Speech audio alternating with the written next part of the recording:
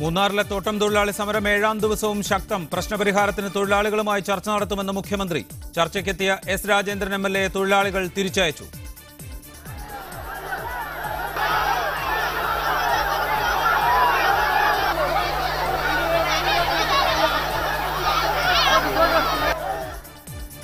തൊഴിലാളികളുടെ പ്രശ്നം പരിഹരിക്കും വരെ നിരാഹാര സമരമെന്ന് എസ് രാജേന്ദ്രൻ. ജില്ലാ കളക്ടർ നടത്തിയ ചർച്ച പരാജയം. സംസ്ഥാനത്ത് സർക്കാർ ഡോക്ടർമാർ കൂട്ടാവധിയിൽ. ആശുപത്രികളുടെ പ്രവർത്തനം താളം തെറ്റി. രേഖാമൂലം ഉറപ്പ് ലഭിക്കും വരെ സമരം തുടരുമെന്ന് KGMOA.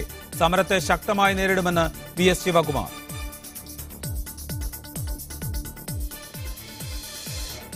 TP ചന്ദ്രശേഖരൻ വധശ്രമ ഗൂഢാലോചന കേസ് കോടതി തള്ളിയത് ചോമ്പാല പോലീസ് രജിസ്റ്റർ ചെയ്ത കേസ്. അന്വേഷണ ഉദ്യോഗസ്ഥർക്ക് തെളിവുകൾ ഹാജരാക്കാൻ കഴിഞ്ഞില്ലെന്ന് കോടതി. SNDPയെ രൂക്ഷമായി വിമർശിച്ച് പിണറായി വിജയൻ. ശ്രീനാരായണ ധർമ്മം എന്തെന്നറിയാതെ SNDP എന്ന് പറഞ്ഞു നടന്നിട്ട് കാര്യമില്ല.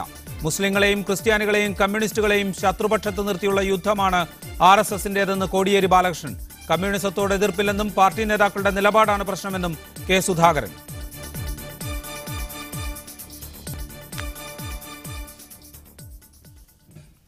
മൂന്നാറിൽ തോട്ടം തൊഴിലാളികൾ നടത്തുന്ന സമരം ശക്തമായി തുടരുന്നു. തൊഴിലാളികളുടെ പ്രശ്നം പരിഹരിക്കണമെന്നാവശ്യപ്പെട്ട് എസ് രാജേന്ദ്രൻ MLA പ്രഖ്യാപിച്ച അനിശ്ചിതകാല നിരാഹാര സമരം നാളെ ആരംഭിക്കും. എസ് രാജേന്ദ്രൻ MLA സമരക്കാർ തടഞ്ഞതടക്കം നിരവധി നാടകീയ സംഭവങ്ങൾക്കും ഇന്ന് മൂന്നാർ വേദിയായി. ആവശ്യങ്ങൾ മാനേജ്മെന്റ് അംഗീകരിക്കും വരെ സമരം തുടരാനാണ് സമരസമിതി തീരുമാനം. 12 മണിക്കൂർ ജോലിക്ക് 230 രൂപയാണ് ആൺപെൺ വ്യത്യാസമില്ലാതെ തോട്ടം തൊഴിലാളിക്ക് ലഭിക്കുന്നത്. കൂലി 500 രൂപയായി ഉയർത്തണമെന്നും ജോലി സമയം 8 മണിക്കൂറാക്കി കുറയ്ക്കണമെന്നും 20% ബോണസ് നൽകണമെന്നുമാണ് സമരക്കാരുടെ പ്രധാന ആവശ്യങ്ങൾ. എന്നാൽ കമ്പനി നഷ്ടത്തിലാണെന്നാണ് മാനേജ്മെന്റ് നൽകുന്ന വിശദീകരണം. ഞായറാഴ്ച കൊച്ചിയിൽ നടക്കുന്ന മാനേജ്മെന്റ് സർക്കാർ തല ചർച്ചയെ ഏറെ പ്രതീക്ഷയോടെയാണ് സമരക്കാർ കാണുന്നത്. സമരം സംഘർഷത്തിലേക്ക് നീങ്ങുമെന്ന ഇന്റലിജൻസ് റിപ്പോർട്ടും നിലവിലുണ്ട്. സമരത്തിന് പിന്തുണ പ്രഖ്യാപിച്ച് എസ് രാജേന്ദ്രൻ MLA സ്ഥലത്തെത്തിയെങ്കിലും സമരക്കാർ തടഞ്ഞു.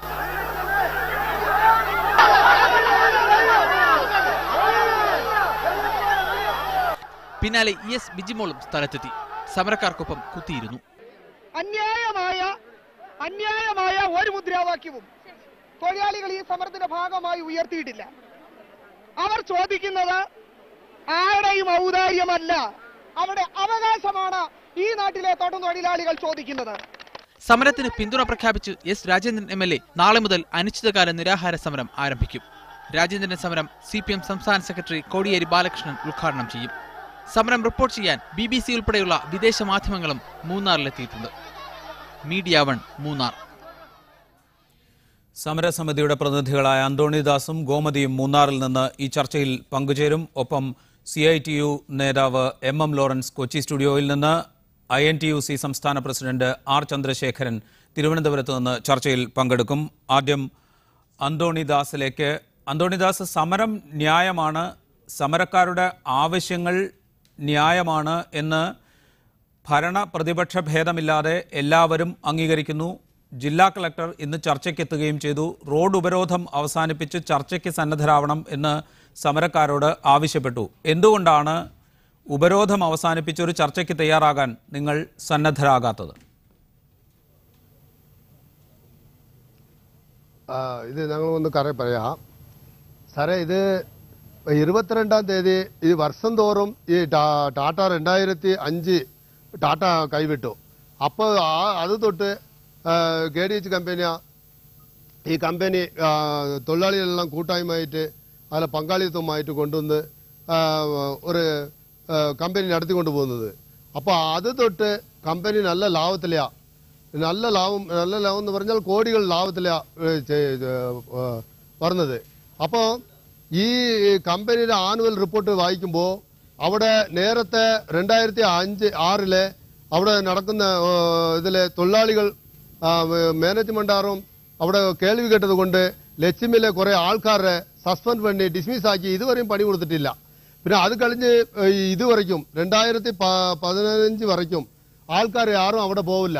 അവിടെ യൂണിയൻകാരന്റെ കയ്യടിയുള്ള കൈക്കൂലിക്കാരനും മാനേജ്മെന്റ് കയ്യാളുകളും തന്നെ അവിടെ ഒത്തുകളി കളിക്കുന്നു. എന്തുകൊണ്ടെന്ന് അറിയുമോ?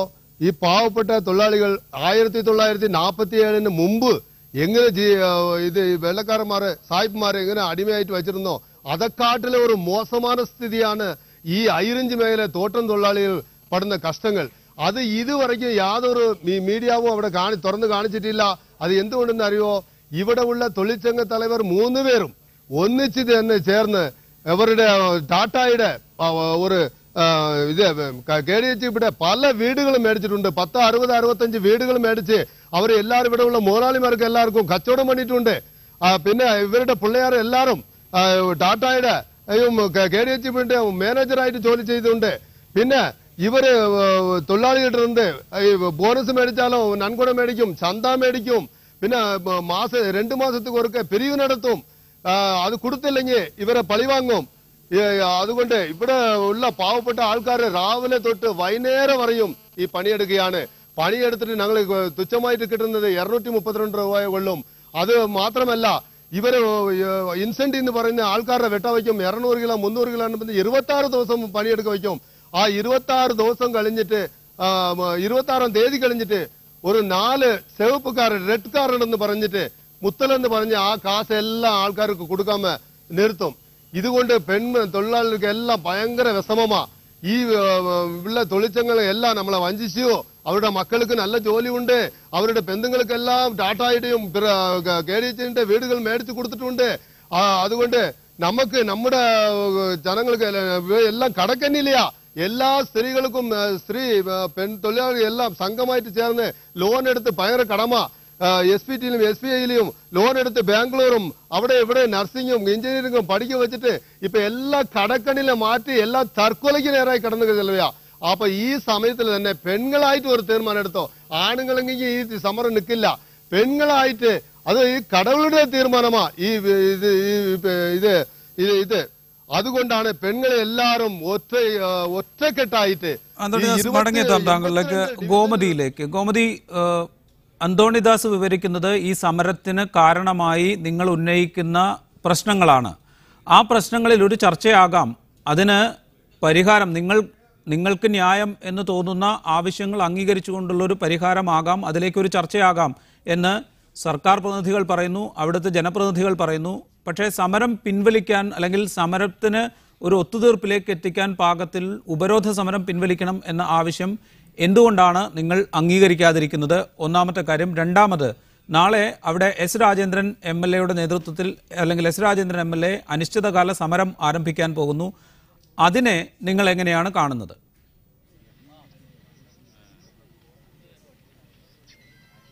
நாங்கள் இது எங்களோட உரிமைக்கான போராட்டத்துக்கு தான் நாங்கள் இங்கே கூடியிருக்கோம். நாங்கள் 20% போனஸும் 500 ரூபா சம்பளம் வச்சு தான் கேட்குறோம். எங்களுக்கு அதுக்கு மேலே நாங்கள் கேட்கல. நாங்கள் கம்பெனி நஷ்டத்தை தான் காட்டுது, லாப கணக்கு இது வரைக்கும் அவங்க காட்டவே கிடையாது. கம்பெனிக்கு பல கோடி லாபம் வருது தொழிலாளியை வச்சு. எங்களை ரொம்ப அடிமத்தனமாக நடத்துகிறாங்க. சுதந்திரம் கிடச்சி இத்தனை வருஷம் ஆகியும் எங்களுக்கு தோட்ட தொழிலாளிகளுக்கு இன்னும் சுதந்திரம் கிடைக்கல. அது மட்டும் இல்லை, நாங்கள் பெண்களாக துணிஞ்சிருக்கோம். ஆண்களுக்கு இதில் சம்மந்தமே கிடையாது. யாரையுமே கலந்துக்கறல. நாங்கள் ஒவ்வொரு எஸ்டேட்டாக துணிஞ்சு நாங்களாம் முன்னாடி பெண்களாக போராடுறோம். எங்களை யூனியனும் கைவிட்டுருச்சு. ஏன்னா யூனியன் ஒவ்வொருத்தரும் நாங்கள் எல்லாத்தையும் கண்டு படித்தது தான். நாங்களா யாருமே எங்களுக்கு சொல்லிக் கொடுக்கல, எதுவுமே எங்களுக்கு சொல்லிக் கொடுக்கல. எங்கள் ஸ்டேட்லாம் கண்ணன் பவ்யான்ற ஒரு வக்கீல் இருக்காங்க, அவங்களுக்கு கம்பெனி வீடு கொடுத்துருக்கு. 3 லட்சம் அந்த வீட்டுக்கு செலவாக்கியிருக்கு. இதெல்லாம் நாங்கள் போன மாதம் நடந்த சம்பவம். நாங்கள் போன மாதம் கண்ணால் பார்த்துருக்கோம். கம்பெனி எங்களுக்கு விறகு கொடுத்துருக்கேன், கரண்ட் கொடுத்துருக்கேன், அரிசி கொடுத்துருக்கேன், ஆஸ்பத்திரி செலவு செஞ்சுருக்கோன்னு சொல்லதெல்லாம் ஃப்ரீயாக செஞ்சுருக்கோன்னு கம்பெனி சொல்லியிருக்கு. ஆனால் ஃப்ரீ எல்லாம் கிடையவே கிடையாது. கம்பளி கொடுக்குறாங்க, கம்பளியெல்லாம் ஃப்ரீயே இல்லை. நாங்கள் அந்த 6000 ரூபாய் 7000 ரூபாய்க்கு நாங்கள் வேலை செய்கிறோம். அந்த காசில் பிடிச்சது போக எங்களுக்கு 500 ரூபா தான் மிச்சம் வருது. அதில் நாங்கள் பிள்ளைகளை படிக்க வைக்கிறதா, நாங்கள் எங்கள் சாப்பாடுக்கு பார்க்குறதா, வட்டிக்கு வாங்குகிறோம். 5 ரூபா வட்டி 4 ரூபா வட்டின்னு வாங்குகிறோம். எங்களுக்கு சாப்பாட்டுக்கு பத்தலை, மாதம் எங்களுக்கு பத்தலை. ஒவ்வொருத்தரையும் நாங்கள் கையேந்தி நிற்கிறோம். அந்த வட்டி காசு நாங்கள் கட்டுறதா, சாப்பாட்டுக்கு பார்க்குறதா. இந்த மூணாறுலாம் விற்கிற விலைவாசிக்கு டூரிஸ்ட் வருது.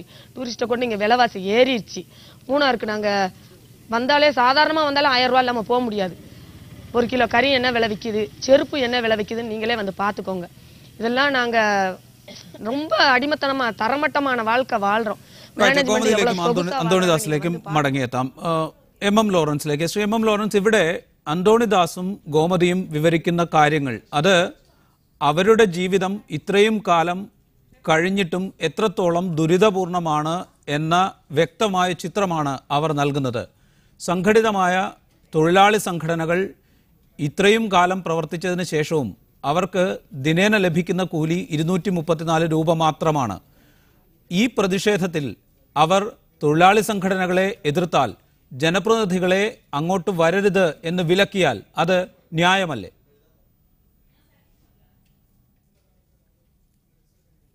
എനിക്ക് അവിടുത്തെ യഥാർത്ഥ സ്ഥിതിയെ പറ്റിയിട്ട് ഈ പറഞ്ഞു കേൾക്കുന്ന കാര്യമല്ലാതെ കണ്ട് അവിടെ പോയി പഠിക്കാൻ കഴിഞ്ഞിട്ടില്ല. ഇവിടെ നല്ല ലാഭമുണ്ട്, അതുകൊണ്ട് 20% ബോണസ് വേണമെന്നാണ് പറഞ്ഞ് ഞാൻ കേട്ടത്. നല്ല ലാഭമുണ്ടെങ്കിൽ നിശ്ചയമായിട്ടും 20% ബോണസ് കൊടുക്കുന്നതിൽ യാതൊരു തെറ്റുമില്ല. വളരെ ന്യായമായിട്ടുള്ള ആവശ്യമായിട്ടാണ് ഞാൻ കണക്കാക്കുന്നത്. പിന്നെ തൊഴിലാളികൾ പറയുന്ന മറ്റു കുറേ കാര്യങ്ങൾ എല്ലാം തമിഴായതുകൊണ്ട് മുഴുവൻ എനിക്ക് മനസ്സിലാക്കാൻ കഴിയുന്നില്ല. ഇപ്പോൾ ഗോമതിയും മറ്റേ അദ്ദേഹവും പറഞ്ഞല്ലോ, അതിൻ്റെ എല്ലാം എനിക്കങ്ങോട്ട് മനസ്സിലാക്കാൻ കഴിഞ്ഞില്ല. ഇപ്പം ന്യായമായ ആവശ്യങ്ങൾ അംഗീകരിക്കാൻ തയ്യാറാവണം. പിന്നെ തൊഴിലാളികളുടെ പ്രതിനിധികൾ ഇത് സംബന്ധിച്ച് ബന്ധപ്പെട്ടവരുമായി കൂടിയാലോചിക്കുവാനും തയ്യാറാവണം.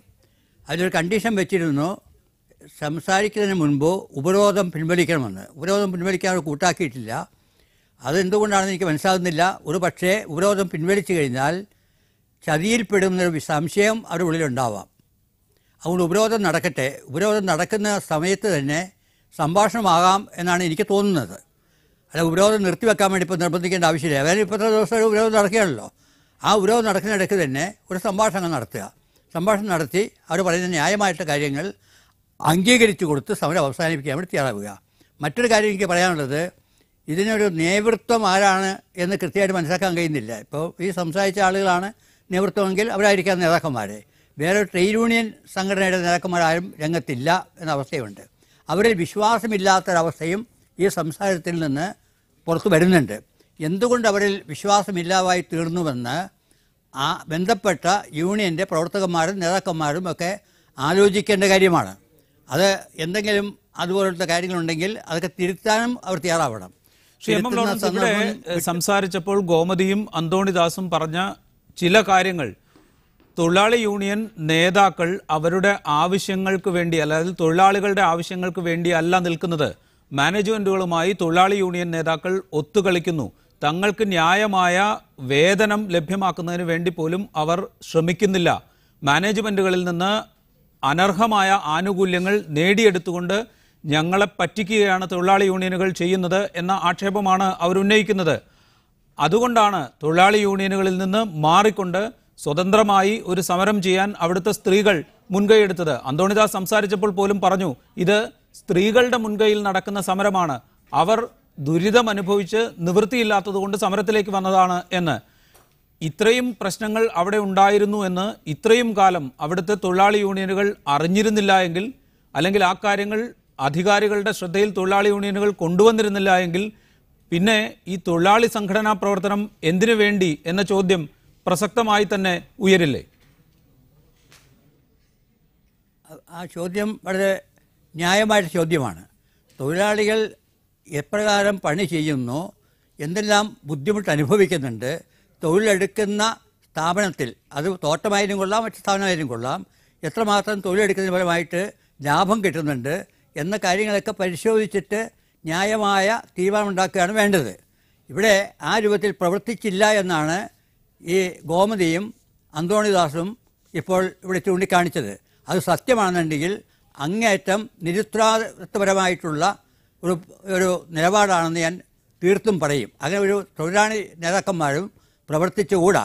അവരുടെ താല്പര്യത്തിന് വേണ്ടിയിട്ട് ചില സൗജന്യങ്ങളൊക്കെ മാനേജ്മെൻറ്റിൽ നിന്ന് അവർ വാങ്ങുന്നതായിട്ടും പറയുന്നു. അത് എനിക്കറിയില്ല, അങ്ങനെ ചെയ്യാൻ പാടില്ല. ഇപ്പം ഞാൻ നേരത്തെ ആ പ്രദേശം കൂടി അടങ്ങിയ ഇടുക്കി മണ്ഡലത്തിൽ നിന്ന് ജയിച്ചൊരു പാർലമെൻറ്റ് മെമ്പറായിരുന്നു. പക്ഷേ അത് 1980 84 വരെ അവിടുത്തെ മെമ്പറുമായിരുന്നു ഞാൻ. പക്ഷേ അന്നത്തെ സ്ഥിതിയിൽ നിന്ന് വ്യത്യസ്തമായിട്ടുള്ള സ്ഥിതി ഉണ്ടെന്നൊക്കെ പറയുന്നത്. ഏതായാലും തോട്ടങ്ങളിൽ പണ്ട് മുതലേ പണിയെടുക്കുന്ന തൊഴിലാളികളുടെ അവകാശങ്ങൾ നിഷേധിക്കുക എന്നത് തൊഴിൽ ഉടമകളുടെ ഒരു സ്ഥിരം നിലപാട് തന്നെയായിരുന്നു. അവരുടെ ഉദ്ദേശം ലാഭം ഉണ്ടാക്കുക, പരമാവധി ലാഭം ഉണ്ടാക്കുക.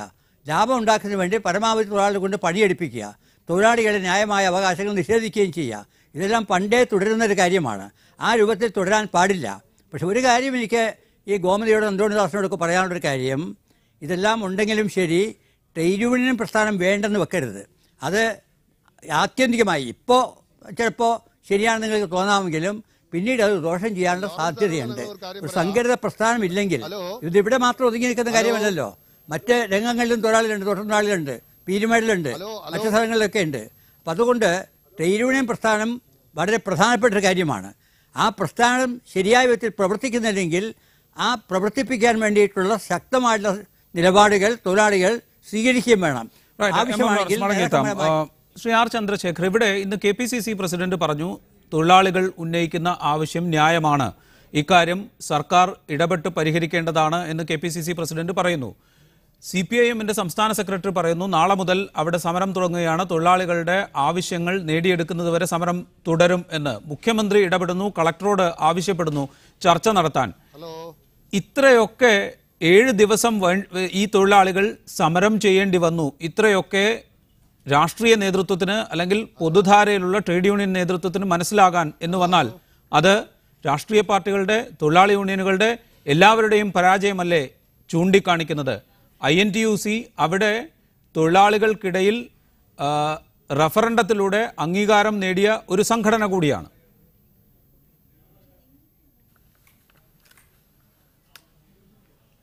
യഥാർത്ഥത്തിൽ ഈ തൊഴിലാളികൾ ഉന്നയിക്കുന്ന കാതലായ 2 വിഷയങ്ങൾ, ഒന്ന് അവർക്ക് ന്യായമായിട്ടുള്ള ഒരു കൂലി വർധനവുണ്ടാകണം, 2 ബോണസ് കഴിഞ്ഞ വർഷം 19% കിട്ടി, ലാഭമുണ്ടായിട്ടും ഈ വർഷം അത് 10% കുറഞ്ഞുപോയി, അങ്ങനെ തീരുമാനിച്ചു എന്നുള്ളത് അങ്ങേയറ്റം തെറ്റായ ഒരു നടപടിയാണ്. അത് ട്രേഡ് യൂണിയൻ സംവിധാനത്തിനകത്ത് അവിടുത്തെ ഒരു തീരുമാനം എടുക്കുമ്പോൾ തൊഴിലാളികളെ വിശ്വാസത്തിലെടുക്കാതെ എടുക്കുന്ന തീരുമാനം ന്യായമല്ല. അതുകൊണ്ട് തന്നെ മറ്റ് അവന്യൂസ് ഉണ്ടായിരുന്നു. ഗവൺമെൻറ് ഇടപെടണം, മന്ത്രിമാർ ഇടപെടണം, മുഖ്യമന്ത്രി ഇടപെടണം, അതിനുവേണ്ടിയുള്ള സ്ട്രഗിൾ വളർത്തിക്കൊണ്ടുവരണം, തൊഴിലാളികളെ കൂടി ബോധ്യപ്പെടുത്തിക്കൊണ്ട് തൊഴിലാളികളെ കൊണ്ട് ഡെമോൺസ്ട്രേഷൻ നടത്തി മാനേജ്മെൻറ്റിനെ സമ്മർദ്ദത്തിലാക്കി തീരുമാനമെടുക്കുന്നതാണ് സാധാരണ ട്രേഡ് യൂണിയൻ ശൈലി. ആ ഒരു നിലപാട് കഴിഞ്ഞ വർഷത്തെ ലാഭത്തിൻ്റെ അംശം ഈ വർഷത്തേക്ക് ക്യാരി ഫോർവേഡ് ചെയ്ത് ഈ വർഷത്തെ ബോണസ് തീരുമാനിക്കാൻ നിയമമുണ്ടായിട്ട് എന്തുകൊണ്ടാണ് ഇങ്ങനെ തീരുമാനിച്ചത് എന്ന് ഞാൻ അത് പരിശോധിച്ചുകൊണ്ടിരിക്കുകയാണ്. ഞങ്ങളെല്ലാവരും പരിശോധിക്കുന്നുണ്ട്. തീർച്ചയായിട്ടും CITUം AITUCയും INTUCയും ഒക്കെ ഈ കാര്യങ്ങളിൽ അവിടെ ആ ലോക്കലായിട്ടുള്ള ട്രേഡ് യൂണിയനുകൾക്ക് വീഴ്ച പറ്റിയിട്ടുണ്ട് എന്ന് തോന്നിയത് കൊണ്ട് ഞങ്ങൾ നേരിട്ട് ഇടപെട്ടുകൊണ്ട് ഈ വിഷയം പരിഹരിക്കണമെന്ന് ആവശ്യപ്പെടുന്നു. സംസ്ഥാന INTUC തന്നെ ഈ മുഖ്യമന്ത്രി അടിയന്തരമായി ഇടപെടണമെന്ന് ആവശ്യപ്പെട്ടുകൊണ്ട് ഈ സമരം ന്യായമാണെന്നും സമരത്തിന് പൂർണ്ണ പിന്തുണ നൽകിക്കൊണ്ട് ഈ സമരം ന്യായമാണെന്നും ആ സമരത്തിലെ തോട്ടം തൊഴിലാളികൾക്ക് ഒട്ടനവധി പ്രശ്നങ്ങളുണ്ട്. ശ്രീ ആർ ചന്ദ്രശേഖരൻ, അങ്ങനെ പറയുമ്പോൾ അവിടുത്തെ തൊഴിലാളി യൂണിയൻ നേതാക്കൾ മാനേജ്മെന്റുകളുമായി ഒത്തുകളിച്ച് ബോണസ് ശതമാനം കുറയ്ക്കാൻ തീരുമാനിച്ചതാണ് എന്ന ആക്ഷേപം ഈ സമരം ചെയ്യുന്നവർ ഉന്നയിക്കുന്നുണ്ട്. സ്വാഭാവികമായിട്ടും അതേക്കുറിച്ചുകൂടി പരിശോധന ആവശ്യമായി വരില്ലേ?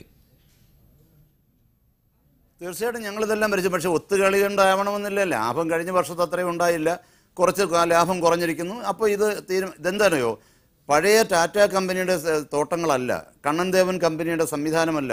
ഇപ്പോഴിത് തൊഴിലാളികൾക്ക് കൂടി ഷെയറുള്ള ഒരു കോപ്പറേറ്റീവ് സംവിധാനം പോലെ പ്രവർത്തിക്കുന്നത് കൊണ്ട് തീർച്ചയായിട്ടും ട്രേഡ് യൂണിയനുകൾക്ക് ആ മാനേജ്മെൻറ്റ് സംവിധാനത്തിനകത്ത് നാളെ ഈ സ്ഥാപനം മുന്നോട്ട് പോകുന്നതിലുള്ള സാമ്പത്തിക നടപടിക്രമങ്ങളും ഒക്കെ അവരുടെ മനസ്സിലേക്ക് വന്നിട്ടുണ്ടാവണം. നമ്മളിതിപ്പോൾ കുറ്റപ്പെടുത്തലുകളല്ല ആവശ്യം. എൻ്റെ അഭിപ്രായത്തിൽ വളരെ പോസിറ്റീവായി ചിന്തിക്കുന്ന ഇന്ത്യയിലെ ഏറ്റവും പ്രധാനപ്പെട്ട ട്രേഡ് യൂണിയൻ പ്രവർത്തകൻ എന്നുള്ള നിലയിൽ ഞാൻ പറയുന്നത്, ഉണ്ടായ പ്രശ്നത്തിൽ തൊഴിലാളികൾക്ക് അവിശ്വാസം വരികയും അവർക്ക് പ്രാരാബ്ദങ്ങൾ വരികയും അവർക്കിത് പോരാ എന്ന് തോന്നുകയും അവർക്ക് കൂടി പരിഗണന കൊടുത്തുകൊണ്ട് മാനേജ്മെൻറ്റിനെ സമ്മർദ്ദത്തിൽ കൊണ്ടുവന്ന് ഗവൺമെൻറ് തന്നെ മുൻകൈയെടുത്ത് ഇപ്പോൾ ലേബർ മിനിസ്റ്റർ വളരെ ശക്തമായി ഇടപെട്ടു. 2 ദിവസം നീണ്ട ചർച്ച നടന്നു. ഇനിയൊന്ന് കൂടിയാലോചിക്കാൻ 1 ദിവസത്തെ ഗ്യാപ്പ് കൊടുത്ത് ഞായറാഴ്ച വീണ്ടും വിളിച്ചിരിക്കുന്നു. ഞാനിന്ന് മുഖ്യമന്ത്രിയായിട്ട് സംസാരിച്ചു, KPCC പ്രസിഡന്റ് ഇടപെട്ടു. ഞങ്ങളുടെ പാർട്ടിയും സംവിധാനങ്ങളും ഗവൺമെൻറ്റിന് UDF സംവിധാനവും ഒക്കെ ഇതിൽ ഇടപെട്ടിട്ടുണ്ട്.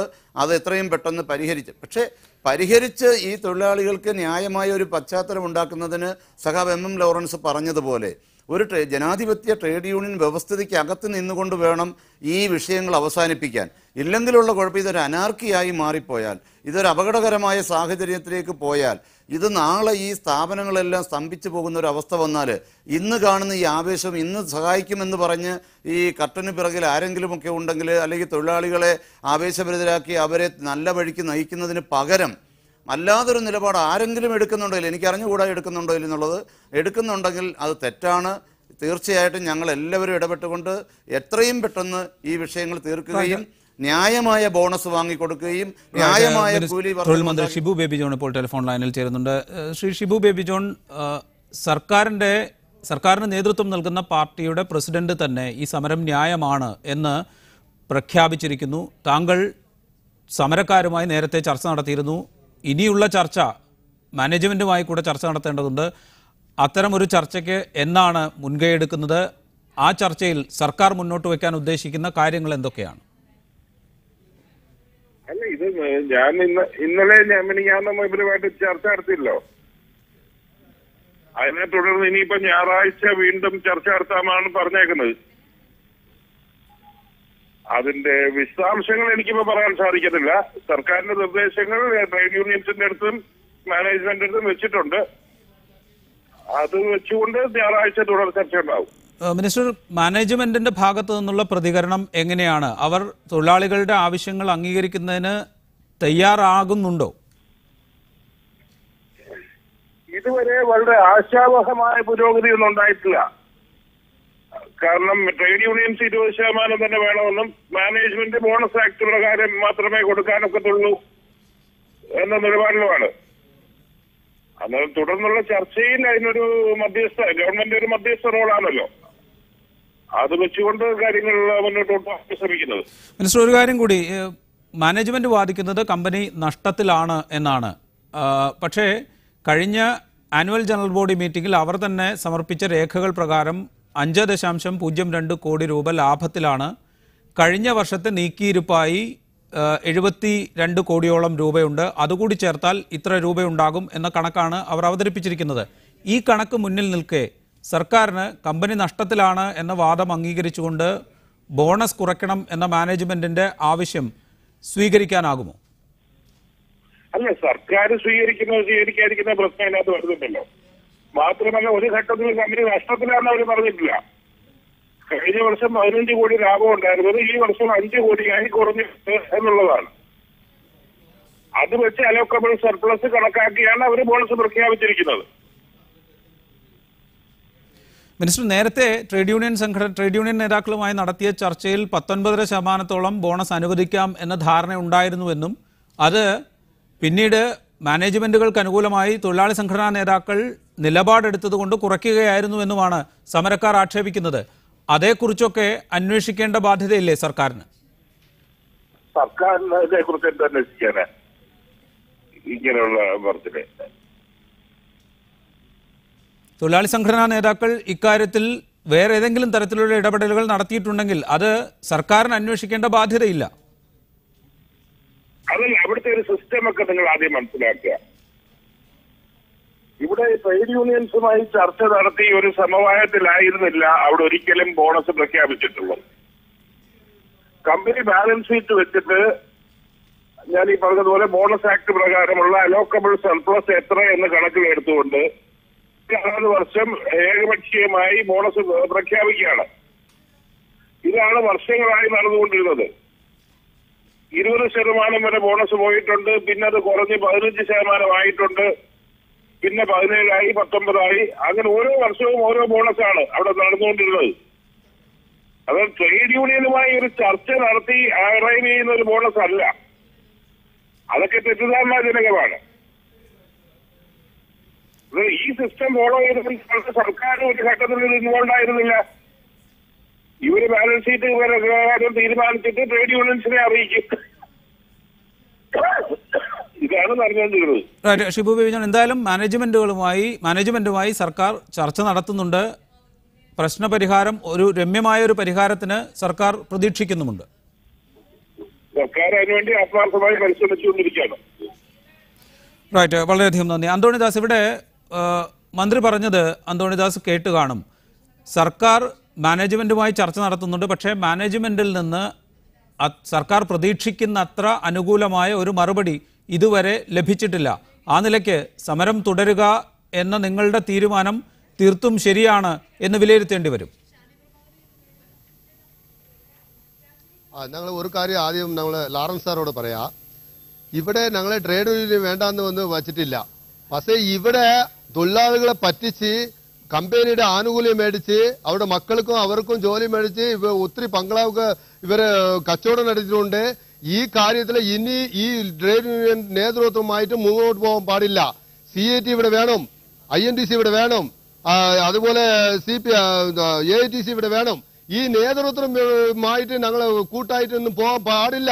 എന്തുകൊണ്ടെന്നറിയോ, ഇവര് എല്ലാം അവരുടെ KDH കമ്പനിയുടെ കൈക്കൂലി മേടിച്ചിട്ട് ഇവര് വന്നിട്ടുണ്ട്. ഞങ്ങൾ എന്തെങ്കിലും സംസാരിച്ചാൽ ഇവിടെ സാറേ പണിയെടുത്ത് അവിടെ മരിച്ച ആൾക്കാർക്ക് ഇതുവരെയ്ക്ക് നഷ്ടപരിഹാരം കിട്ടിയിട്ടില്ല. ഇത് പറഞ്ഞല്ലേ, ഇത് നമ്മുടെ സന്ത്രസാർ സാറ് പറഞ്ഞല്ലേ, ഏതോ ഒരു ഇവരോട് ഞാൻ നേരത്തെ സംസാരിച്ചിട്ടുണ്ട്. ഇവിടെ ഏതെങ്കിലും ഒരു പെൺതൊഴിലാളി അല്ലെങ്കിൽ ആൺതൊഴിലാളി പണിയെടുക്കുന്ന സ്ഥലത്ത് മരിച്ചു പോയാൽ ഇതുവരെ ഒരു നഷ്ടപരിഹാരം കേട്ടിട്ടില്ല. അത് കേട്ട് ആ ട്രേഡ് യൂണിയനിൽ പോയാൽ അവർ നമ്മളെ ട്രേഡ് യൂണിയനിൽ നിന്ന് പുറത്താക്കും. എന്നെ ആക്കിയിട്ടുണ്ട്. ഈ സന്ത്രസാർ സാറിന്റെ ഞാൻ കത്തെഴുതിയിട്ടുണ്ട്, നേരിട്ട് ഞാൻ സംസാരിച്ചിട്ടുണ്ട്. പക്ഷെ എന്റെ അളിയൻ ഓരോ ആൾക്കാർ ചൊക്കനാട് സൗത്തിലെ പാൽരാജ് എന്ന പുള്ളി മരിച്ചുപോയി, കാട്ടില് കിടന്നു.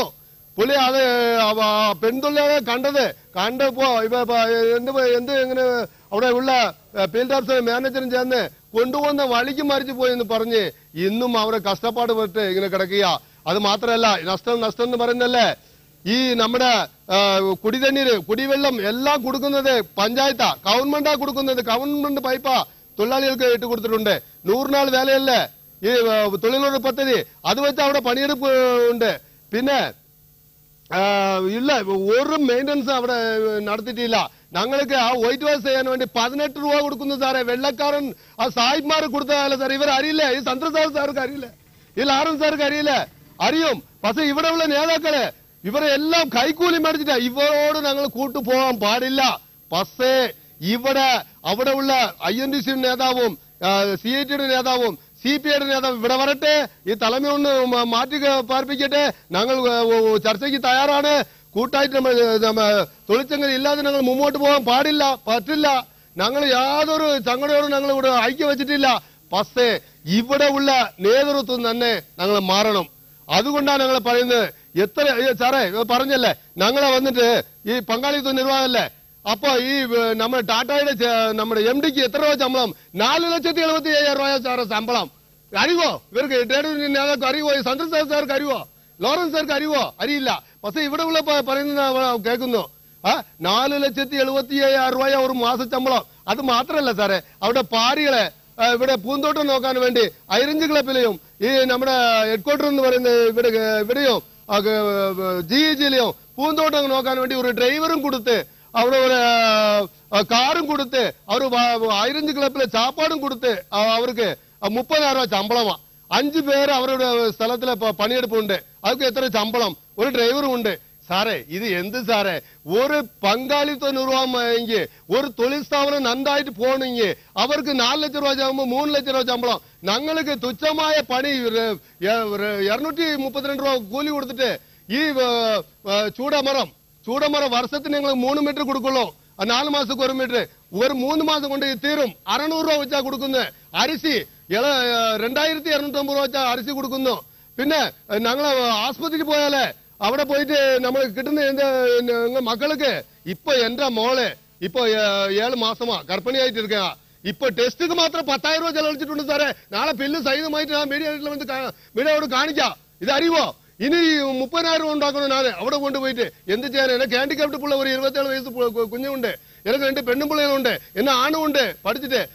എന്റെ മോൾ നർസാ. ഇവർ പണി കൊടുക്കുവോ? ഇവർ ജനറൽ ആസ്പത്രിയിൽ പണി കൊടുക്കുവോ? എന്റെ മകൻ പഠിച്ചിട്ടുണ്ട്. ഇവിടെ ജോലി കൊടുക്കുവോ? കേട്ടില്ല. ഈ നേതാക്കൾ പറയുന്ന ആൾക്കാർ തന്നെ അവിടെ ജോലിയായിട്ട് കൊടുക്കുള്ളൂ. ഇപ്പൊ ഞാൻ പറയാ, ഇതില് ഞാൻ പേടി കൊടുത്തിട്ടുണ്ടല്ലോ, എന്നെ ഡിസ്മിസ് ആക്കും. നീ എന്നെ നോക്കിക്കോ. ഞാൻ ഒരു പ്രയാസം പറയാ, എന്നെ ഡിസ്മിസ് ആക്കും. ഉള്ള കാര്യങ്ങൾ പറഞ്ഞാൽ അപ്പോവേ തട്ടിയമർത്തി അങ്ങനെ നിൽക്കുന്ന ഈ തൊഴിൽസംഘത്തിന്റെ പരിപാടി. അതുകൊണ്ടാ പറയുന്നു, തൊഴിലാളിയുടെ സമരം ന്യായമായ സമരമാണ്. അവിടെ നിന്ന് വരട്ടെ, അവിടെയുള്ള ഡയറി യൂണിയനുകൾ വരട്ടെ. ഞങ്ങൾ ഒത്തുപോയി അവർ നല്ല ഒരു തൊഴിലായിട്ട് കൊണ്ടുപോവാ. അവർക്ക് 1.5 ലക്ഷം ശമ്പളം കൊടുത്തിട്ട് സാറേ അവർക്ക് കേസ് ഫ്രീ ആയിട്ട് കൊടുക്കണോ? മാസം ഒരു കേസ് ഫ്രീയാ സാറേ, സിലിണ്ടർ ഫ്രീയാ. എന്ത് സാറേ? അപ്പൊ ഞങ്ങള് പണിയെടുക്കുന്നത് വികാരഭരിതനായി തന്നെ പറയുന്നത് ഈ സമരത്തിന്റെ ഇമ്മീഡിയറ്റ് ആയി പെട്ടെന്നുണ്ടായ ബോണസ് ആവശ്യത്തിന്റെ മാത്രം കാര്യമല്ല, വർഷങ്ങളായി അല്ലെങ്കിൽ കാലങ്ങളായി അവിടുത്തെ തൊഴിലാളികൾ അനുഭവിച്ചു കൊണ്ടുവരുന്ന പ്രയാസങ്ങളുടെ കണക്കാണ് അന്തോണിദാസ് നിരത്തുന്നത്. ചർച്ചയിലേക്ക് മടങ്ങിയെത്താം. അതിനു മുമ്പ് ഇന്ന് മൂന്നാർ തൊഴിലാളി സമരത്തെക്കുറിച്ച് മുഖ്യമന്ത്രിയും പ്രതിപക്ഷ നേതാവും ആഭ്യന്തരമന്ത്രി രമേശ് ചെന്നിത്തലയും നടത്തിയ പ്രതികരണങ്ങൾ കേട്ടതിന് ശേഷം ചർച്ചയിലേക്ക് മടങ്ങിയെത്താം. പ്രശ്നപരിഹാരത്തിന് ഈ മാസം 13-ന് തൊഴിലാളികളുമായി ചർച്ച നടത്തുമെന്ന് മുഖ്യമന്ത്രി ഉമ്മൻചാണ്ടി പറഞ്ഞു. തൊഴിലാളികൾ മുമ്പോട്ട് വെച്ച ആ പ്രശ്നത്തിലെ ന്യായങ്ങൾ തിരിച്ചറിഞ്ഞുകൊണ്ട് ഒരു പരിഹാരം ഉണ്ടാക്കാൻ വേണ്ടി ശ്രമിക്കും, പരിഹാരം ഉണ്ടാക്കും. ആവശ്യമെങ്കിൽ മൂന്നാറിൽ പോയി സമരത്തിന് നേതൃത്വം നൽകുമെന്ന് പ്രതിപക്ഷ നേതാവ് വി.എസ്. അച്യുതാനന്ദൻ വ്യക്തമാക്കി. ഇത് തികച്ചും അന്യായമാണ്. അത് സമാധാനപരമായി നടക്കുന്ന ആ സമരത്തെ ഈ തരത്തിൽ അവഗണിച്ചുകൊണ്ട് നിരുത്തരവാദപരമായ നിലപാടെടുത്തുകൊണ്ടിരിക്കുന്ന മാനേജ്മെന്റും ഗവൺമെന്റും അത് ഉടനടി തിരുത്തിയില്ലെങ്കിൽ ആ സമരത്തിന്റെ മുമ്പിലേക്ക് ഞാൻ തന്നെ എത്തിച്ചേരും എന്നുള്ളത് ഞാൻ അറിയിക്കുകയാണ്. തൊഴിലാളികളെ അനുകൂലിച്ച് വി.എം. സുധീരനും രംഗത്തെത്തി. മൂന്നാറിലെ തോട്ടം തൊഴിലാളികൾ നടത്തുന്ന സമരം, അവരുന്നയിക്കുന്ന ആവശ്യങ്ങൾ തികച്ചും ന്യായമാണ്. എത്രയും പെട്ടെന്ന് അത് അംഗീകരിക്കുക എന്നുള്ളതാണ് ശരിയായ കാര്യം. സമരത്തെ അതീവ ഗൗരവത്തോടെയാണ് കാണുന്നതെന്ന് ആഭ്യന്തരമന്ത്രി രമേശ് ചെന്നിത്തല പറഞ്ഞു.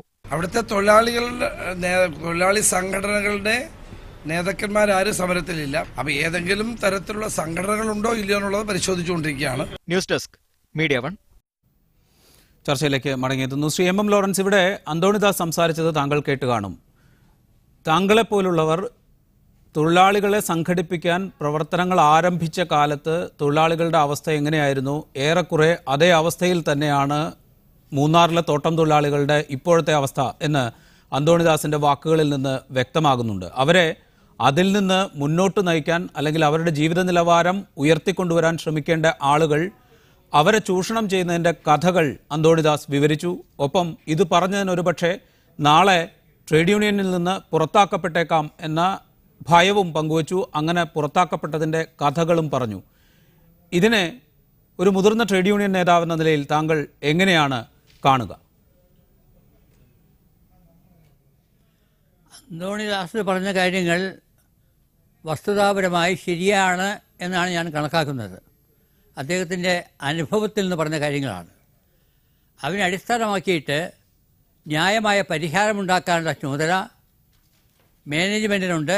മാനേജ്മെൻറ്റ് വേണ്ട ചെയ്യുന്നില്ലെങ്കിൽ ചെയ്യിക്കാനുള്ള കഴിവും അധികാരവും പ്രയോഗിക്കാൻ ഗവൺമെൻറ്റിന് കഴിയണം. ഷിബു ജോൺ കോൺഫറൻസ് വിളിച്ചു കൂട്ടി, തീരുമാനമൊന്നും ഉണ്ടായില്ല. ഇപ്പോൾ വീണ്ടും ഞായറാഴ്ച മറ്റോ വീണ്ടും ചർച്ച തുടരാൻ പോകുന്നതെന്നും പറയുണ്ടായിട്ടുണ്ട്. തോട്ടം തൊഴിലാളികളെ പഴയ കാലം മുതൽ കഠിനമായ ചൂഷണത്തിന് വിധേയമാക്കിക്കൊണ്ടിരുന്നു എന്നത് ഒരു സത്യം മാത്രമാണ്. തോട്ടത്തിൽ പോയി പണിയെടുക്കുന്ന ആളിൽ എത്ര മണിക്കൂർ പണിയെടുത്തെന്ന് പറയാൻ കഴിയില്ല. അട്ടകടിയും കൊണ്ട്, മഞ്ഞും കൊണ്ട്, മഴയും നനഞ്ഞ് അങ്ങേയറ്റത്തെ കഷ്ടപ്പാടിലാണ് തോട്ടങ്ങളിൽ പണിയെടുത്തുകൊണ്ടിരുന്നത്. ചില മാറ്റങ്ങളൊക്കെ ഉണ്ടായത് ട്രേഡ് യൂണിയൻ പ്രസ്ഥാനം വന്നതിന് ശേഷമാണ്. നടത്തിയിട്ടുള്ള പ്രക്ഷോഭങ്ങളുടെയും സമരങ്ങളുടെയൊക്കെ ഫലമായിട്ട് വെടിവെപ്പുകളും ഉണ്ടായിട്ടുണ്ട്. പഴയ കാലത്ത് ഒരു പാപ്പാമ്മൾ വെടികൊണ്ട് മരിച്ചു. ഞാനന്ന് അവിടെ പോയിരുന്നതാണ്. വെളുപ്പാങ്കാലത്ത് 2 മണിക്കാണ് അവിടെ എത്തിയത്. കൊടിയ തണുപ്പും വളരെ കൊല്ലങ്ങൾക്ക് മുമ്പാണ്. 10, 30, 40 കൊല്ലമായിരുന്നു എനിക്ക് തോന്നുന്നു.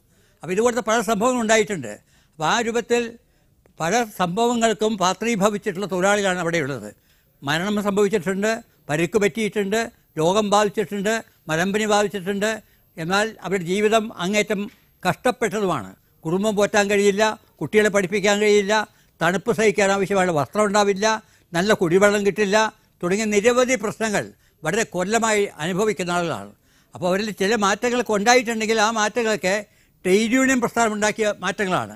പക്ഷേ ട്രേഡ് യൂണിയൻ പ്രസ്ഥാനത്തിൻ്റെ നേതാക്കന്മാർ വേണ്ട വിധത്തിൽ സത്യസന്ധതയോടുകൂടി പ്രവർത്തിക്കുന്നില്ല എന്നാണ് അന്തോണിദാസ് പറഞ്ഞത്. അത് സത്യമാണെങ്കിൽ അങ്ങേറ്റം ഗുരുതരമായിട്ടുള്ള തെറ്റാണ് ആ നേതാക്കന്മാർ ചെയ്തിട്ടുള്ളത്. CITU നേതാക്കന്മാർ അപ്രകാരം ചെയ്യുമെന്ന് ഞാൻ വിശ്വസിക്കുന്നില്ല. ചെയ്തിട്ടുണ്ടെങ്കിൽ CITU ചർച്ച ചെയ്യും, പരിഹാരം ഉണ്ടാക്കാൻ നോക്കുകയും ചെയ്യും. ചന്ദ്രശേഖരനെ സംബന്ധിച്ചിടത്തോളം ഒട്ടും വ്യത്യസ്തമായ നിലപാട് സ്വീകരിക്കുമെന്ന് ഞാൻ കണക്കാക്കുന്നില്ല. ചന്ദ്രശേഖരൻ എനിക്ക് നല്ലോണം അറിയാവുന്ന ആളാണ്. ഞങ്ങൾ തമ്മിൽ വളരെ സൗഹൃദമാണ്. തൊഴിലാളികൾക്ക് വേണ്ടി നിലകൊള്ളുന്ന ആളുമാണ്. അപ്പോൾ ഏതായാലും ഏത് സംഘടനയിൽപ്പെട്ടവരായാലും കൊള്ളാം, ആ തൊഴിലാളികളെല്ലാം ഒന്നാണ്. ഒരേ വിധത്തിൽ കഷ്ടപ്പാട് അനുഭവിക്കുന്ന ആളുകളാണ്. അവരുടെ എല്ലാം താല്പര്യങ്ങൾക്ക് വേണ്ടി നിൽക്കാനുള്ള ബാധ്യത, ചുമതല ട്രേഡ് യൂണിയൻ നേതാക്കന്മാർക്കുണ്ട്. അതിന് വ്യത്യസ്തമായി അവർ വഞ്ചിക്കുന്ന വിധത്തിൽ മാനേജ്മെൻറ്റുമായി കൂട്ടുചേർന്ന് എന്തെങ്കിലും തരത്തിലുള്ള നേട്ടങ്ങൾ ഉണ്ടാക്കാൻ പരിശ്രമിക്കുന്ന ആളുകൾ നേതൃത്വത്തിലുണ്ടെങ്കിൽ അവർ ആ നേതൃത്വം മാറ്റുന്നതിന് വേണം. പറ്റിയ ആളുകൾ നേതൃത്വം. ശ്രീ ആർ ചന്ദ്രശേഖർ, താങ്കളെ പേരെടുത്ത് പറഞ്ഞ് അന്തോണിദാസ് ചില കാര്യങ്ങൾ പറഞ്ഞിരുന്നു. അവിടെ ലയങ്ങളിലോ അല്ലെങ്കിൽ പണിസ്ഥലങ്ങളിലോ മരിച്ചു വീഴുന്നവർക്ക് നഷ്ടപരിഹാരം കൊടുക്കാൻ പോലും ആരും തയ്യാറാകുന്നില്ല. അത് വാങ്ങിക്കൊടുക്കാൻ പോലും ട്രേഡ് യൂണിയൻ സംഘടനകൾ തയ്യാറാകുന്നില്ല. അതിന് പരാതിപ്പെട്ടാൽ ട്രേഡ് യൂണിയനുകളിൽ നിന്ന് പുറത്താക്കപ്പെട്ട അനുഭവങ്ങളുണ്ട് എന്നൊക്കെ. ഇതൊക്കെ ഇപ്പോഴും കേരളത്തിൽ നിലനിൽക്കുന്നു എന്ന് പറയുന്നത് ഈ പറയുന്ന ട്രേഡ് യൂണിയൻ പ്രസ്ഥാനങ്ങൾക്കൊക്കെ എത്രമാത്രം അപമാനകരമാണ്? ഒരു കാര്യം അന്തോണിദാസ് എന്നോട് സംസാരിച്ചിട്ടുണ്ട് എന്ന് പറയുന്നത് എനിക്കത് തീർച്ചയായിട്ടും അദ്ദേഹം പറഞ്ഞതിനെ ഞാൻ വിശ്വസിക്കുന്നു. ഞങ്ങളൊക്കെ സഖാവ് എം ലോറൻസ് പറഞ്ഞതുപോലെ ഞങ്ങൾക്കൊക്കെ ഇതിനകത്ത് ഒരു നിലപാടേ ഉള്ളൂ. ഇവിടെ പ്ലാന്റേഷൻ മേഖലയിലും പരമ്പരാഗത മേഖലകളിലൊക്കെ ഒട്ടേറെ പ്രശ്നങ്ങൾ നിലനിൽക്കുകയാണ്. ഒരു ഗവൺമെൻറ് വന്നിട്ട് ഇത് പരിഹരിക്കാൻ കഴിഞ്ഞിട്ടില്ല എന്നുള്ള അഭിപ്രായം നമുക്കുണ്ട്. അവർക്ക് ന്യായമായ ഒരു താമസ സൗകര്യമില്ല. കേന്ദ്ര സംസ്ഥാന ഗവൺമെൻറ്റുകളും ഈ മാനേജ്മെൻറ്റുകളും ചേർന്ന് ഈ രാജ്യത്തിൻ്റെ പുരോഗതിയുടെ ഭാഗമായി അവർക്ക് ജീവിക്കാൻ നല്ല സൗകര്യം കൊടുക്കണം. ആരോഗ്യപരിപാലനം വേണം, ന്യായമായ കൂലി വേണം. ന്യായമായ കൂലിയുടെ കാര്യം പറയുമ്പോൾ PLC ആണ് ഈ കൂലി നിശ്ചയിക്കുന്നത്. നിയമവ്യവസ്ഥയ്ക്കകത്തെ നമുക്ക് പ്രവർത്തിക്കാൻ കഴിയൂ. പോരായ്മകൾ ഉണ്ടെങ്കിൽ ആ സംഘടനയ്ക്കകത്ത് ചർച്ച ചെയ്ത് അതിൻ്റെ ലീഡർഷിപ്പ് പോരാന്ന് തോന്നിയാൽ അവരെ മാറ്റാനുള്ള ജനാധിപത്യപരമായ നിലപാട് നമ്മുടെ സംഘടനകളിലെ തൊഴിലാളികൾക്ക് എടുക്കാവുന്നതാണ്. അതിലൊന്നും ഞങ്ങളാരും എതിരായിട്ട് നിൽക്കുന്നവരല്ല. നമുക്ക് ഈ പരമ്പരാഗത ചന്ദ്രശേഖരൻ, അവിടെ ഒരു കാര്യം ചോദിച്ചോളട്ടെ.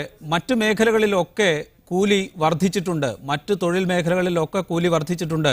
ഇതര സംസ്ഥാനങ്ങളിൽ നിന്ന് കേരളത്തിൽ ജോലിക്കെത്തുന്നവർക്ക് വരെ കുറഞ്ഞ കൂലി 500 കിട്ടുന്നുണ്ട്. ഇപ്പോഴും തോട്ടം മേഖലയിൽ തൊഴിലെടുക്കുന്ന ഒരാൾക്ക് ദിവസക്കൂലി 234 രൂപ മാത്രമാണ്. നിശ്ചിത പരിധിക്ക് പുറത്ത് കൊളുന്തു നുള്ളിയാൽ കിലോയ്ക്ക് 1 രൂപയാണ് അധികമായി കൊടുക്കുന്നത്. എന്നാൽ തൊഴിലാളിക്ക് 1 രൂപ കൊടുക്കുമ്പോൾ അതിന് മേൽനോട്ടം വഹിക്കുന്ന ആൾക്ക് കിലോയ്ക്ക് 7 രൂപ വരെ കൊടുക്കുന്ന സമ്പ്രദായം നിലനിൽക്കുന്നു. ഇതൊന്നും ഇതുവരെ ആരും ചോദ്യം ചെയ്തിട്ടില്ല ട്രേഡ് യൂണിയൻ സംഘടനകൾ. എങ്കിൽ ആ സംഘടനകളുടെ അസ്തിത്വം ഇപ്പോൾ അവിടുത്തെ തൊഴിലാളികൾ ചോദ്യം ചെയ്താൽ അതിൽ തെറ്റു പറയാൻ സാധിക്കുമോ? ഞങ്ങളൊന്നും അതിൽ തെറ്റ് പറഞ്ഞില്ലല്ലോ. ഞങ്ങൾ പറയുന്നത് അവിടെ ഈ കഴിഞ്ഞ വർഷം കൊടുത്ത ബോണസ് കൊടുക്കാതെ വന്നപ്പോൾ പെട്ടെന്നുണ്ടാകുന്ന ഒരു വികാരം ബോണസ് ലാഭമുണ്ടായിട്ടും കുറഞ്ഞിരിക്കുന്നു എന്നുള്ളതാണ്. ലാഭമുണ്ടെങ്കിൽ കഴിഞ്ഞ വർഷത്തെ ബോണസിൻ്റെ ബാക്കി പൈസ ഈ വർഷത്തേക്ക് മാറ്റിവെക്കുകയും ഈ വർഷത്തെ ലാഭത്തിൻ്റെ കൂടി കണക്കെടുത്തുകൊണ്ട് അലോക്കബിൾ സർപ്ലസ് കണക്കെടുത്ത് ബോണസ് കൊടുക്കാനും കൊടുപ്പിക്കുവാനും അത് ചർച്ച ചെയ്ത് പരിഹാരമുണ്ടാക്കാൻ കഴിഞ്ഞില്ലെങ്കിൽ അത് ഗവൺമെൻറ്റിനെ ഇടപെടുത്താനും മുഖ്യമന്ത്രിയെയും മന്ത്രിമാരെ ഇടപെടുത്താനും ഒക്കെ കഴിയുന്ന ഒരു വ്യവസ്ഥിതി നമ്മുടെ രാജ്യത്തുണ്ട്. അല്ലെങ്കിൽ ട്രേഡ് യൂണിയനുകളുടെ സംസ്ഥാന നേതൃത്വത്തെ അറിയിക്കാനും ഒക്കെയുള്ള വ്യവസ്ഥതയുണ്ട്. എന്തായാലും ഈ പോരായ്മകൾ ഉണ്ടായത് തൊഴിലാളികൾ ഉന്നയിക്കുന്നത് ന്യായമാണ്. ആ ന്യായമായ ഒരു നിലപാടിനെ ഞങ്ങളെല്ലാവരും പിന്തുണയ്ക്കുകയാണ്. ഞങ്ങൾ പിന്തുണച്ചുകൊണ്ട് ഒരു വ്യവസ്ഥിതിയുടെ അടിസ്ഥാനത്തിൽ ആന്തോണിദാസ് പറഞ്ഞതുപോലെ ട്രേഡ് യൂണിയനുകൾ എന്നേക്കുമായി വേണ്ട എന്ന് വെക്കുന്നത് അനാർക്കി അല്ലെങ്കിൽ അരാജകത്വം ഉണ്ടാക്കും. അത് ആരും നാളെ സഹായിക്കാൻ കഴിയാത്തൊരവസ്ഥ വരും.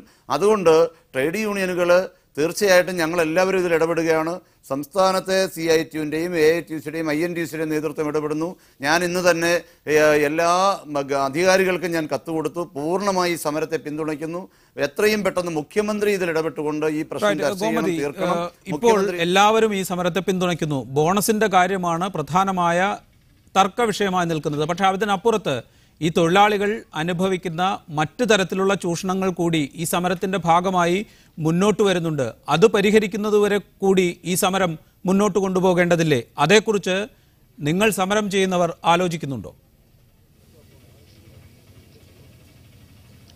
பெண்களா நாங்க தீர்மானிச்சிருக்கோம். நாங்க வந்து இதுக்கு சரியான தீர்மானம் கிடைக்காட்டி அது வரைக்கும் நாங்க போராடுவோம்னு தீர்மானிச்சிருக்கோம். தேயிலை தோட்டத்து பணி மாதிரி வேற பணி எந்த பணியும் அவ்வளோ கஷ்டமான பணி வேற எங்கேயுமே கிடையாது. இது நாங்கள் அவ்வளோ கஷ்டப்படுறோம்.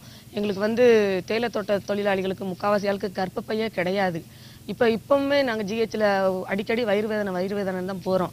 அவ்வளோலாம் கஷ்டப்பாடுக்கு மத்தியில் நாங்கள் வாழ்கிறோம். ஒரு அட்டை எவ்வளோ ரத்தம் குடிக்கணும்னு எங்களுக்கு தான் தெரியும். நாங்கள் சாப்பிடும்போது இந்த கையில் அட்டை கடிச்சு கிடக்கும். அந்த சாப்பிட்டுக்கிட்டே இருக்கையில் இந்த அட்டையை பிடிங்கி தூர போட்டுட்டு நாங்கள் சாப்பிடுவோம். இவங்கெல்லாம் அட்டையை பார்த்தா ஐயரவுப்படுவாங்க. அதில் விழுவிழுப்பு இருக்குன்னு ஐயரப்படுவாங்க. ஆனால் நாங்கள் அப்படி இல்லை. நாங்கள் அட்டைகளோடையும் பாம்புகளோடையும் யானைகளோடையும் வாழ்கிறோம். எங்கள் வாழ்க்கை ரொம்ப அடிமட்டமாக போச்சு. இது வந்து ட்ரேட் யூனியனை ஏன் வெறுக்கிறீங்கன்னு கேட்குறீங்க. எங்களுக்கு ட்ரேட் யூனியன் அவ்வளோ ஒரு கொடுமைகள்லாம் பண்ணியிருக்காங்க. போனஸ் பேச்சுவார்த்தையை அவங்க தான் முடிச்சு கொடுத்துருக்கணும். அவங்கள தான் நாங்கள் நம்பி இருந்தோம். இதுவரை அவங்கள தான் நாங்கள் நம்பி இருந்தோம். ஆனால் அவங்க என்ன சொல்லிட்டாங்கன்னா 10% தான் இந்த தடவை, நீங்கள் 10 வாங்குங்கன்னு சொன்னதுக்கு அப்புறம் தான் ஒவ்வொரு தொழிலாளியும் நாங்கள் போன வருஷத்தில் கணக்கு காட்டியிருக்காங்க. டாடா ஏஜிஎம்ல போன வருடம் கணக்கு காட்டியிருக்காங்க. டாடா ஏஜிஎம்ல 65 கோடி லாபம் காட்டியிருக்காங்க கம்பெனி. போன மாதம் 7ஆம் தேதி கணக்கு காட்டியிருக்காங்க 20 கோடி. இந்த வருஷத்துக்கான போன மாதம் 7ஆம் தேதி 20 கோடி கணக்கு காட்டியிருக்காங்க. அப்போ இந்த 20 கோடிக்கு எங்களுக்கு 10% தரான்றாங்க. போன வருஷம் 65 கோடி கணக்கு காட்டியிருக்காங்கல்ல, அப்போ எங்களுக்கு நியாயமாக எவ்வளோ கொடுத்துருக்கணும்? 30% கொடுத்துருக்கணும். ஆனால் போன வருஷம் எங்களுக்கு 19 தான் கொடுத்தாங்க. போன வருஷம் 19 கொடுக்காம இந்த 65 கோடிக்கு நீ 30 கொடுத்துருந்தீங்கன்னா இந்த வருஷம் நீங்கள் கொடுக்குற அந்த 10 நாங்கள் வாங்கியிருப்போம். போன வருஷம் அவ்வளோ லாபத்துலேயே எங்களுக்கு 19 தான் கொடுத்தீங்க. இந்த வருஷம் ஏன் 10 கொடுக்குறீங்க? எவ்வளவோ கோடி அடிச்சிட்டீங்க. நாங்கள் எல்லாருமே தெளிஞ்சிட்டோம். நீங்கள் மேனேஜ்மெண்ட் எவ்வளோ மழுப்பவே வேண்டாம், நேரடியாக வந்து பதில் கொடுத்துருங்க. மழுப்பவே வேண்டாம். 72 கோடி கணக்கு காட்டியிருக்கீங்க, இந்த வருஷத்துக்கு மாற்றி வச்சிருக்கீங்க. போன மாதம் தான் ஷேர் புக் வந்திருக்கு, மீதி பணம் எங்கே போச்சு? 5 கோடி தான் இருக்குன்றீங்க. நீங்களே புக் எடுத்து பாருங்க, சந்தேகம் உள்ளங்க விஜிலன்ஸியை கூட வர சொல்லுங்க.